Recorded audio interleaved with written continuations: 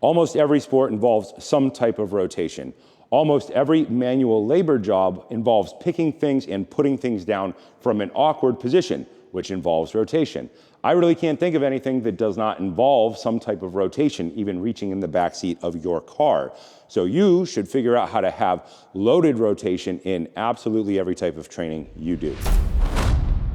In modern training, people tell you that you cannot train loaded rotation. It comes from an idea of safety somewhere in the 80s, where people decided that you could no longer lift from a loaded rotation spot, that it was bad for your back. So they put up a bunch of things in every manual labor job. It says lift with your legs with a flat spine. That's true. You can put as many posters as you want up, but it does not stop people from lifting in loaded rotation. If you've ever baled hay, you will notice you're picking up 90-pound bales and you are throwing them sideways. If you've ever participated in any type of grappling sport, you will notice there are no straight lines. They are all curves and the weight is always in a bad spot. Let's demonstrate the movement, talk about the coaching cues, and then talk about the learning path to get to this exercise, because this is not a beginner's exercise. How you pick up and put down the weight is important every single time forever. We are focusing on rotation. Later on, you can pick it up and put it down in a bunch of weird ways, but when you are learning a new skill, make the pick up and put down the known. You should know how to do that very well. Starting with your thumb pointing up, point your thumb back, get down, put your hand in the corner of the kettlebell. That is the L of the hand into the L of the kettlebell. We are going to hike the weight back, push the weight back, pick it up in a standard kettlebell clean. The rack position is important no matter what type of lifting you do. With kettlebells, the basic rack that we want you to be really good at is handle down at a 45-degree angle. This is different than barbell. This is different than dumbbell. Dumbbell or barbell are up and the wrist is bent. Because we're mimicking throwing patterns, think of this like a punch throwing pattern, both a cross and a jab, we're going to put our hand essentially into a punching position. Pinky, wrist, elbow in a straight line. We're making that straight. There is no bend in it, just like in a punch. Kettlebells are different than everything else because the center of mass is away from your hand, not in the center of your hand.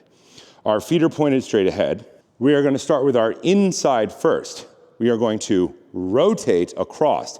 There are 4 coaching cues for each direction. Push, swing, pull, and catch. Push, swing, pull, and catch. Return to center. Squeeze your glutes, stand all the way up. You will notice that it is very important that you rotate correctly, otherwise you will hit yourself in the knee with a giant cannonball. Do not do that. Practice this in pieces first. This is the end goal exercise. Now we are going to go outside, away from our center line. The same 4 coaching cues. Push, swing, pull, catch. How we catch every time is important. If this catch hurts, go back down in complexity, work on your normal kettlebell clean and press cycles. Inside, towards the center line, push, swing, pull, catch, return to center, load. This starts from the legs. The opposite leg loads the outside circle, push, swing, pull, catch, stand all the way up. Reload. Now it is the same side leg initializing the movement. Push, swing, pull, catch, center, load opposite. Every clean is a leg exercise no matter what piece of apparatus you do it with. Push, swing, pull, catch.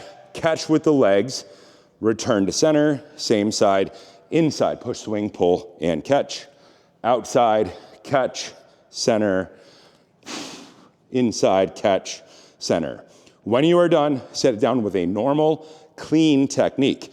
Push the weight back, thumb points back, set it back down where you picked it up. This is an adaptation of a heavy club swinging exercise. If you are not familiar with heavy club swinging, think of it as caveman or Paleolithic Olympic lifting. Every movement mimics the core movement patterns of some type of tool use. This is why you see heavy clubs show up throughout history, in Hercules statues, in Gilgamesh statues, in the Monkey King statues. Heavy clubs show up everywhere because this was the way people trained before gyms. With a heavy club, pick it up in a dead clean. In heavy clubs, it's called order position instead of rack. Rotate, Push, swing, pull, catch, come back to center. You will notice the coaching cues are exactly the same. Push, swing, pull, and catch. Don't hit yourself in the face, come back to center. It starts with the same side leg, and then it loads up the opposite side leg. This is two different types of standing core control. When you do an inside movement, think of it as starting same hand, same leg. Think of that as an ipsilateral load. When you do an outside, it starts with the opposite leg. Think of it as a contralateral load.